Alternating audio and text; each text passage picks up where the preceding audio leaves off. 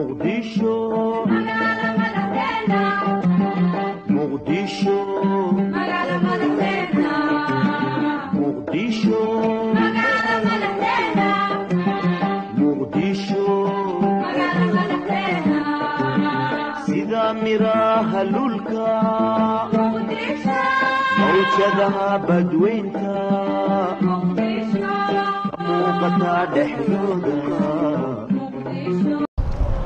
بسم الله الرحمن الرحيم داوديال كسو دوادا برنامجكeenii muqdisho iyo maanta oo todobaad walba hadahan oo kala aad kala socotaan telefishinka caalamiga ee Cable TV isaguna barnaamijkan aalaba idin kaga yimaada magaalada muqdisho caasimadda wadanka Soomaaliya todobaadkan barnaamijka waxaan ku qaadaa dhigi doonaa dhismaha ka soconaya gudaha magaalada muqdisho ee dhanka guryaha iyadoo ay muuqanayso in magaalada muqdisho ee caasimadda dalka Soomaaliya in fara badan aad iyo aad ay uga kobcayso dhanka dhismaha guryaha taasoo dabaqyo fara badan ama fooqaq fara badan laga dhisayo gudaha magaalada muqdisho sidoo kale magaalada muqdisho ee caasimadda wadanka Soomaaliya ganacsigeedu aad iyo aad u kobcayo isla mar ahaantaana uu ka mid noqonayo sida ganacsiga caalamka barnaamijka ayaa qayb waxa ka noqon doona qaar ka mid ah dadka ku dhaqan magaalada muqdisho oo ra'yigooda ay ku cabiri doonaan sida ganacsigu uga soconaya magaalada iyo sidoo kale dhismaha bilicda leh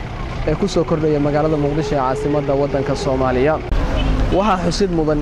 in qaar ka mid ah wadooyinka magaalada muqdisho ee caasimadda wadanka Soomaaliya gaar ahaan halbowle isu socodka gaadiidka iyo dadkaba ay xiran yihiin taasoo u xiran yihiin safaaradaha qaar ee ku yaala gudaha magaalada muqdisho iyo shakhsiyaad iyagu gaar ah ama hoteelada qaar ee ku yaala gudaha magaalada muqdisho taas oo magaalada muqdisho marka la eego siday uu ka bacayso ammaankeeda iyo sidoo kale dhanka ganacsiga iyo dhismahaba ay lid ku noqonayso marka la eego qaar ka mid ah wadooyinkaasi oo iyagu xiran isagoo TV-gu boonqan doono wadooyinkaasi iyagu xirxiran adigoo ugu horeyn ku bilaabaya magacaaga sidoo u aragtaa dhismaha bilicda leh ee ku soo kordhaya magaalada muqdisho taa oo iminka barnaamijkan muqdisho iyo maanta aynu diiradda ku saarayno dhismaha iyagu guryaha ee ka soconaya magaalada muqdisho caasimadda wadanka Soomaaliya bismillaah horta aad iyo aad horta u mahadsantihiin TV-ga Cable aad iyo aad si aad ugu dadaaleysaan bilicda iyo wanaagga aad sameeynaysan oo aad tusaysaan maartay dadka dibadaha jira iyo gudahaba oo aad tusaysaan Cable inta fiirsanayso oo waliba aad iyo aad u la xiriirta waxa weeye hadda anigu waxaan ka imid Nairobi college baan soo dhigtay oo 2 sano ah peace conflict management Nairobi hadda waxaad moodaa muqdisho inay noqonayso qaabkii Nairobi oo kala ah oo half London baa la Nairobi waxaan filayaa inay half London noqonayso oo quruxdeeda iyo bilicdeeda sidoo hore markaad fiiriso Soomaalida timid oo dibadda ka timid iyo kuwii ganacsada ahaa iyo kuwii kaleba noloshooda ma aragtay ay maareynayba nin walba dhinac buu ka qaatay oo dhinac buu dhismaha ka dhisay marka hadda waxaad arkaysaa guryo aad garan karin ba say u dhisan yihiin imaash aad ka gelayso imaash aad ka soo baxayso oo wada dhala ah marka aad iyo aad baan ugu faraxsanahay arinta iyada oo aan u aragnaa maartay wanaag weyn iyo maartay qaybta aad maartay arinta iyadaan maartay aad iyo aad baan ugu faraxsanahay Cable iyadana inay maartay dadaalkaas weyn ay sameynayso oo annagana ay tusayso ama ummadda Soomaaliyeed ay maartay ay ku dhiirigelinayso in maartay dalkoodii inay dhistaan marka aad iyo aad baan maartay aan Cable aan maartay ugu mahadcelinayaa dalkana inuu dhisan yahay oo aad iyo aad u dhisan yahay oo wax badan laga qabtay baan u sheegaynaa qolooyinka maartay dibadaha jira oo dalkan leh haddii Afrika jiraan iyo haddii Aasiya jiraan iyo haddii ay maartay Yurub jiraan iyo Ameerika jiraan waxaan rajaynaynaa in dalkooda mid walba oo wax ka dhisto oo hagaajiyo oo qaabka maartay wanaagga iyo nidaam ahaanba ay maartay ay qayb ka qaataan mid labaad waxaan ku baraarujinayaa maadaama aan xalinta khilaafaadka aanu nahay inay dadka ay nabadgelyada ay aad iyo aad ugu dadaalaan oo qaab ahaanba ay maartay u hagaajiyaan nabadda oo ay maartay 100% ay isku dayaan inay maartay nabadda ka qayb galaan sababta waxaan dhismahan quruxda badan waxa dhisay nabad baa dhistay ma dad ma dhisin marka dadka lacagtiisii uu haystay qarashkiisa uu haystay dalka dibadiisa uu jiray gudihiisa uu joogay muusa dhisan karin nabad la'aan baa jirtay marka nabadda waxaad ka dareemaysaan in maartay dhismaha ay kor u qaado nolosha kor u qaado beeraha ay kor u qaado dhammaanba maartay diinta ay kor u qaado waxbarashada kor ay maartay wax ka qayb ka qaadato marka kulli caruurta ee koriinka iyo xaqdhoorka bini'aadanimada dhammaan bay nabadda ka qayb qaadataa marka nabadda in maarta lagu dadaalo isla mar ahaantaana dhismahana aad iyo aad baan ugu mahadcelinaynaa Han Cable TV-gaas qaybta weyn oo ka qaadanaya ee baraarujinta dhismahaasi iminka idiin muuqanaya waxa uu ka mid yahay dhismooyinka ku soo kordhaya magaalada Muqdisho ee caasimadda waddanka Soomaaliya guud ahaan qayb walba waad ka istaagtaa magaalada Muqdisho waxa ka soconaya dhismo kani waxa uu ku yaalaa isgooska sayidka ee magaalada Muqdisho waxaana qayb ay ka tahay dhismooyinka iyagu iminka ka soconaya magaalada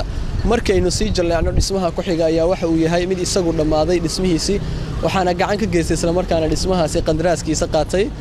injineero Turkish ah kuwaasoo iyagu qaar ka mid ah inta badan dhismaha ka soconaya gudaha magaalada Muqdisho ee fooqaqa laga dhisay magaalada qandaraaskooda qaadanaya waxaana xusid mudan in dhismahani uu dhisan yahay sida dhismooyinka ka dhisan dalkaasi Turkiga taasoo qayb ka noqonaysa hadalkii ahaa gudoomiyaha gobolka Banaadir Maxamuud Axmed Nuur Tarsan ee ahaa in la mataaneynayo magaalooyinka Muqdisho iyo Ankara waa tahay daawadayaal wali waxaynu bartamaha kaga jirnaa barnaamijkeennii Muqdisho iyo maanta toddobaadkan aynu ku eegaynay dhismaha ka soconaya gudaha magaalada Muqdisho ee dhanka fooqaqa iyagu laga dhisay gudaha magaalada Muqdisho iyo sidoo kale ganacsiga iminka qaabka uga soconaya magaalada Muqdisho ee caasimadda waddanka Soomaaliya oo iminka muuqanaysa in ay noqonayso magaalo ganacsigeeda uu aad iyo aad u kobcayo taa oo qayb ka ah ammaanka magaalada Muqdisho ee caasimadda waddanka Soomaaliya wadadani iminka aynu ku sugannahay waa wadada Maka al-Mukarrama ee gudaha magaalada Muqdisho marka la eegana ganacsiga waa wadada ugu ganacsiga badan marka laga soo tago suuqyada waaweyn ee ku yaala gudaha magaalada Muqdisho wadadan inta badan waxa ku yaala ganacsiyo kala duwan kaas oo kala duwan isla mar ahaantaana qaybaha kala duwan ee ganacsiga wadadan ay ka helayso waxaana iminka ay kamid tahay wadooyinka iyagu dib loo dayactiray marka laga hadlo dhanka wadooyinka taasoo si nabadgelyo ah ay ku marayaan baabuurta iyagoona baabuur walba uu marayo jidkii loogu talagalay muuqaalkaas aad u jeedaan waa masjid cusub oo isagu laga dhisay wadada Maka al-Mukarrama ee magaalada Muqdisho iyadoona xusid ay mudan tahay markaynu ka hadalno dhismaha ka soconaya magaalada in aynu ku soo darno dhismo walba oo laga dhisa gudaha magaalada Muqdisho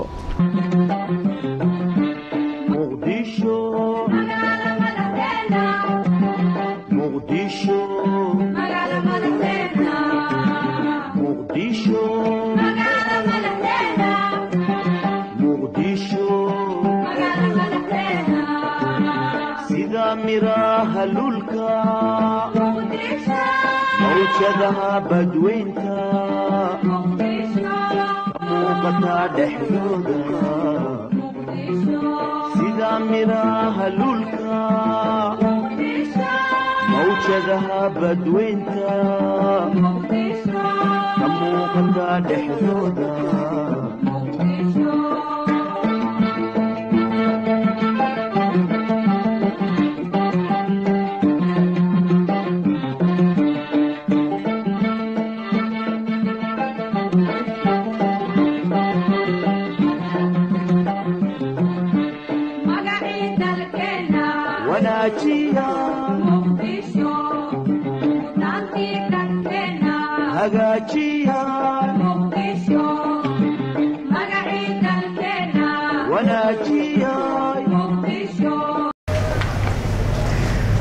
wali waxaan ugu jirnaa barnaamijkeena Muqdisho iyo maanta waxaad ka mid tahay ganacsada ku dhaqan iyagu gudaha magaalada Muqdisho ee ku ganacsada qaabkee marka ganacsiga uga socda magaalada Muqdisho oo ay ognahay in magaalada Muqdisho aad iyo aad dhanka sidoo kale ganacsiga aad iyo aad u socda runtii ganacsiga Muqdisho runtii maalmahan aad buu isku soo tarayaa runtii waxyaabo cusub oo hore Muqdisho looga baranayo ku soo kordhaya annaga waxaan nahay qolooyinkii sanadadan dambe ganacsiga Muqdisho ka furtay siiba qaybta dharka iyo dharka dumarka iyo dharka ragga iyo shoppingka iyo waxyaabaha accessorieska ee shacabku u baahan yihiin marka Muqdisho ganacsigeeda maalmahan xoog ayuu ku socdaa saan filayo wadada iminka naloo sameeyay cusubna waxaan u maleynayaa qayb libaax inay ka qaadato ganacsiga waxaa jiray xilliyo ganacsigu ahaa mid aad iyo aad u liita dad fara badan baa magaalada ku soo laabanaya marka dadkaas soo laabanaya awgood ka waran socodka ganacsiga marka la eego qaabka iibsamaan dharka kabaha alaabaha shoppingka aad iibsaan runtii hadda tusaale ahaan ganacsigeena kaliya reer muqdisho kaliya maaha xitaa qayb wuxuu siiyaa dadka dibadda ka yimaada alaabtii dibadda kusoo arkeen oo kale alaabaha ku iibsan jireen oo kale oo quality leh ayaan halkan u keen runtii that's why inta badan customerskeena ugu badan bay yihiin dadka xagga ka yimaada dadka localka ka waxaan filayaa qayb libaax inuu ka qaadan kara dadka dibadda ka imaanaya ganacsigeena marka haddii inta badan diiradda saarteen dadka iyagu dibadaha ka imaanaya qurba joogta qaabkee marka ganacsigeena ula qabsan karaan dadka gudaha joogo oo run ahaantii la dareemi karo dhanka jeebka aad iyo aad u olsanta really waxaan u malaynayaa annaga nidaam policy noo deganaa jira standardada dadka dhowr standard leeyihiin populationka Soomaaliyeed dadka dibadda ka yimaado waa dad u bartay wax quality leh inay iibsadaan standardkooda waa keenaa dadka localka ah ee jecel inay qiimo jaban wax ku iibsadaanna iyaga laftigood booska kama saarno wixii ay doonayeen ayagana u keenaa laakiin priority-ga ugu muhiimsan waxaa wax wanaagsan oo quality leh dadkooda deeqsiino even iyagoo price lagu heli karo iyagoo price high lagu heli karo labadaba waa keenaa amaasanta hagaajiyay Muqdisho ayaga muuqda Muqdisho Muqdisho ayaga muuqda Muqdisho magala madaxdeena Muqdisho magala madaxdeena Muqdisho magala madaxdeena Muqdisho magala madaxdeena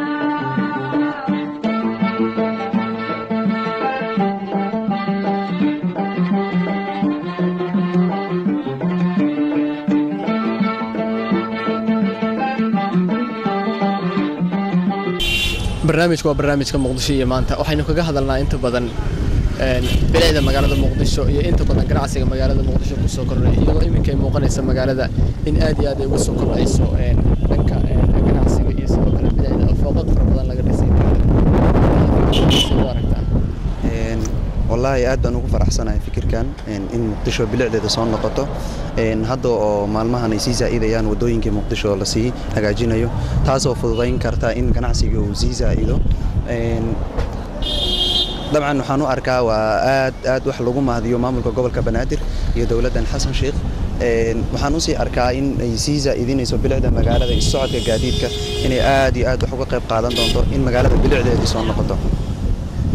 nin dhalinyaro baa tahay ku dhaqan magaalada muqdisho waxa laga yaabaa in aad soo martay wadamo kale misleedahay adeegyada halkaas aad ka helayso oo kale inta ka heli kartaa aad weyn dhabaantii ku dhawaad hadda bili barbaan jooga muqdisho aad baan ugu faraxsanahay siday u socotay qaabka waxaan aaminsanahay waliba inaan ka sii sareyn doono wadamo badan oo nala siman Afrikaana inaan ka sii hormari doono aad iyo aad baan ugu faraxsanahay wallahi in bilicda magaalada soo noqoto waan aaminsanahay inaan wadamada qaar kood ka hormari doono haddaan saan ku sii socono 5 sano dambe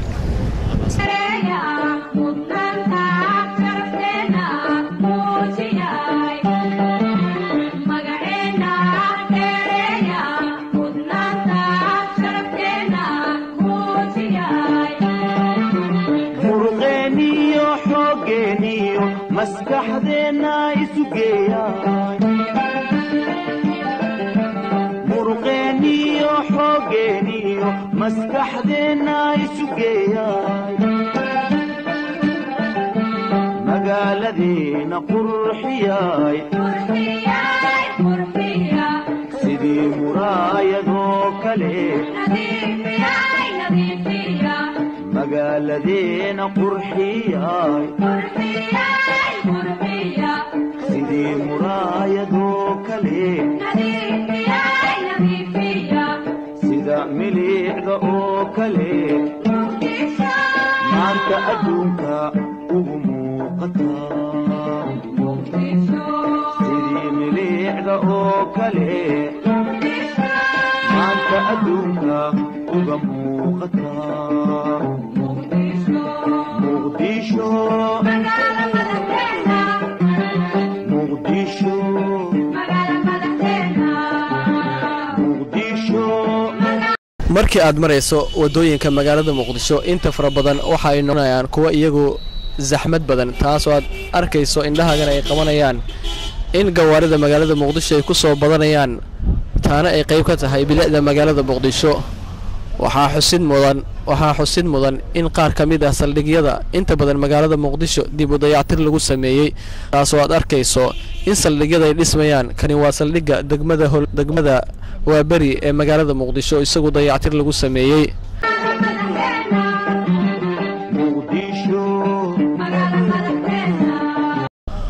waxa dhismaha ka muuqanaya dhankeena midig uu yahay dhismooyin iyagu ah hoteelo kuwaas oo ku soo kordhay magaalada Muqdisho dhismaha iminkeedii muuqanaya waa hotelka Maka Al-Mukarrama ee magaalada Muqdisho ee loogu magac daray wadadani Maka Al-Mukarrama ee magaalada Muqdisho hotelkani waxa uu kamid yahay hoteelada qadiimiga ah ee ku yaala magaalada Muqdisho taas oo hotelkani uu dhisnaa xilligii dawladii hore waxa sidoo kale inta aad soconayso wadada Maka Al-Mukarrama ee magaalada Muqdisho indhahaaga ay qabanayaan dhismooyin iyagu iminka ka soconaya hareeraha wadooyinka taas oo qayb ka noqonaya in magaalada Muqdisho ay bilic noqoto hoteelada ayaa iyagu qayb ka ah kuwa ku soo kordhaya magaalada Muqdisho iyadoona hoteelada inta badan ay la magac baxayaan Muqdisho iyo sidoo kale Soomaaliya waxaa dhanka kale ka muuqanaya hareeraha wadooyinka carwooyin iyo laga furay qaybaha kala duwan ee hareerooyinka magaalada Muqdisho taas oo iminka ay qayb ka tahay ganacsiga isagu soo kobcay ee magaalada Muqdisho waxaa hareeraha wadooyinka sidoo kale ku dhagan boorar iyagu haysiisay ugu sameystaan shirkadaha taas oo iyana qayb ka noqonaysa bilicda magaalada Muqdisho dhismaha sidin muuqanaya waa gurigii shaqaalaha dad fara badan ay xasuustaan magacaasi gurigani waxa uu ahaa guriga laga diiwaan galiyo guud ahaan shaqaalaha ay qaadatay dawladda dhexe ee Soomaaliya iminka gurigani waxa la wareegay hoggaanka socdaalka iyo jinsiyadaha ee dawladda Soomaaliya waxaana iminka uu noqonayaa halka laga maamulo hoggaanka socdaalka taas oo iminka halkan ay noqonayso qaybaha dadka ay ka soo doontaan baasaboorada waxaana qayb uu ka yahay bilicda magaalada Muqdisho iminka dib u soo laabanaysa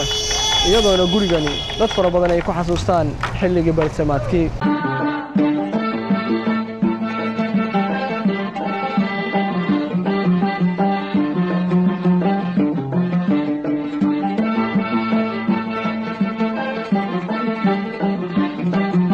وأتهيد داوديال إنه كوجد جرنا قيبه يقول دنبي برنامج كنا مقدسة يمانتا يا اسمها سئمين كدين موقنا يا وحوي هاي اسمه كوسو كورنا يا مجال مقدسة وحا جارهان اسمها يقول السنة يا شركة إسقارسين تا سومتل أو يدو لافيليو إن سنة كعصوب إلى وكن أفريقيا طبنكا أي كهرجس وجودها مجال مقدسة تاس أو لوريكتي شركة إسقارسين تا هراي وعم بحذي لو أقنجري لكم Soomaaliya dhismahaasi waa dhismaha ugu quruxda badan iminka marka la eego dhismooyinka ka soconaya gudaha magaalada Muqdisho taasoo qayb ka noqonaya in magaalada Muqdisho ay la qaybsato dhanka quruxda magaalooyinka ka jira caalamka waa tahay daawadayaal markani waxaynu eegaynaa dhismaha hoteelada iyagu ku soconaya magaalada Muqdisho iyagu iminka dhismahooda ay ka socdaan gudaha magaalada Muqdisho dhismahan idin muuqanaya waa dhismo isagu ka soconaya isgooska Taleex magaalada Muqdisho kaasoo iminka laga doonayo in laga dhiso hotel aad iyo aad u weyn waxaana muuqanaya baaxadda dhismahan markii ay indhahaaga ay qabtaan in hotelkan uu noqonayo ama uu ka mid noqonayo hoteelada ugu quruxda badan ee magaalada Muqdisho marka la eego qaabka loo dhisay waxaana xusuus mudan xilli walba aan ku hadalna magaalada Muqdisho in aynu xuso in magaalada ammaankeeda uu yahay mid aad iyo aad u haboon marka la eego dhanka nabadda iyo dhismaha isagu ka soconaya magaalada Muqdisho taa oo ka turjumayo in magaalada Muqdisho ay dib u soo laabanaysa bilicdii ay lahayd ayna noqon doonto magaalo la tartanta magaalooyinka ku yaala caalamka halkani waa isgooska lambar 4 ee magaalada Muqdisho waxaana uu kamid yahay isgoosyada inta badan ugu mashquulka ah wadadan iminka ka muuqanaysa dhankeena midig ayaa waxay tahay wadada ka baxda isgooska kilometer 4 ee iyadu aada Tarabuunka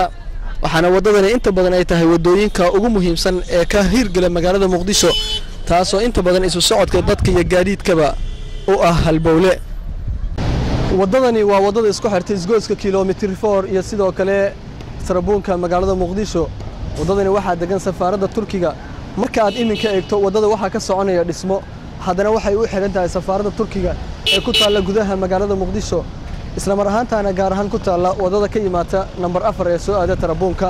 waddada oo dhismo ka socdaan ayaa waxaa muuqanaya in qaybta hore ee waddada dhismaha ay ka socdaan haddana laga soo booday dhismaha iminkana uu ka soconayo dhanka kale ee safaaradda taasoo iminka sida muuqataba dhagaxyo ay ku xiran tahay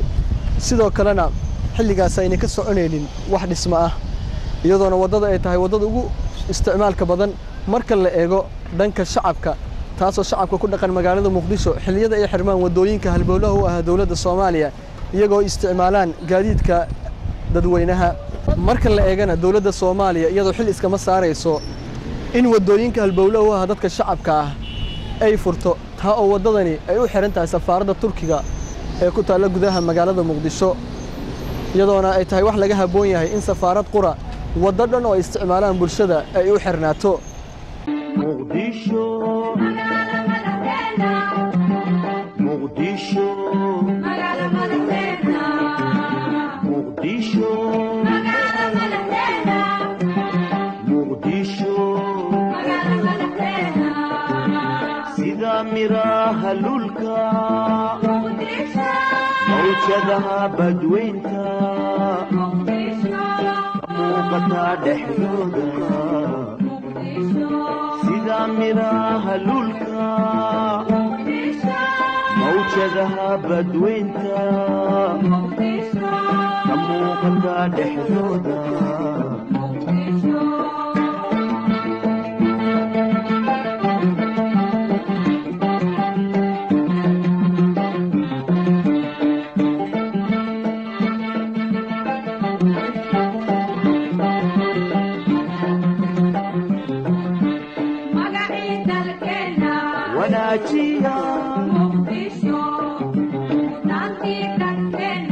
hagaajiya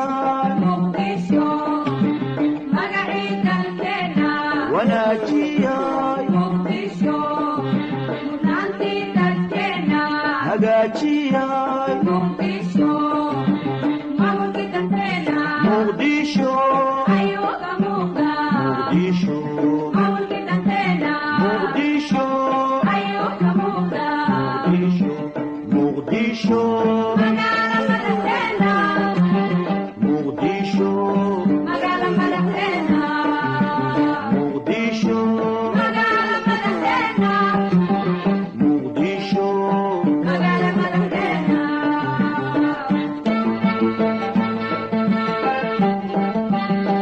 guud ahaan daawadayaal waxaynu intaas ku soo gabagabeynaynaa barnaamijkeennii Muqdisho iyo maanta oo toddobaadkan aynu ku soo qaadanay dhismaha bilicda leh ee ka soconaya magaalada Muqdisho marka la eego dhanka fooqaqa laga dhisayo gudaha magaalada Muqdisho iyo sidoo kale ganacsiga ka jira gudaha magaalada Muqdisho waxaana xusid mudnayd in magaalada Muqdisho barnaamijka toddobaadkan aynu uga hadalnay qaar ka mid ah wadooyinka iyaga u xiran ha ahaadaan safaarado ama hoteelada qaar ee ku yaala gudaha magaalada Muqdisho barnaamijka waxaa idinla socodsiinaya anigoo Cabdirasaaq Miro Dhoore waa sawir qaadista Cabdiqaadir Cabdilaahi Axmed Gacal iyo sidoo kale farsamada Cabdifataax Maxamed Hilowle tan inta ku kulmeyno barnaamijka Muqdisho iyo maanta toddobaadka xiga Cabdirasaaq Miro Dhoore inta ka qayb qaadatay barnaamijka oo idin leh sidaas iyo nabadgelyo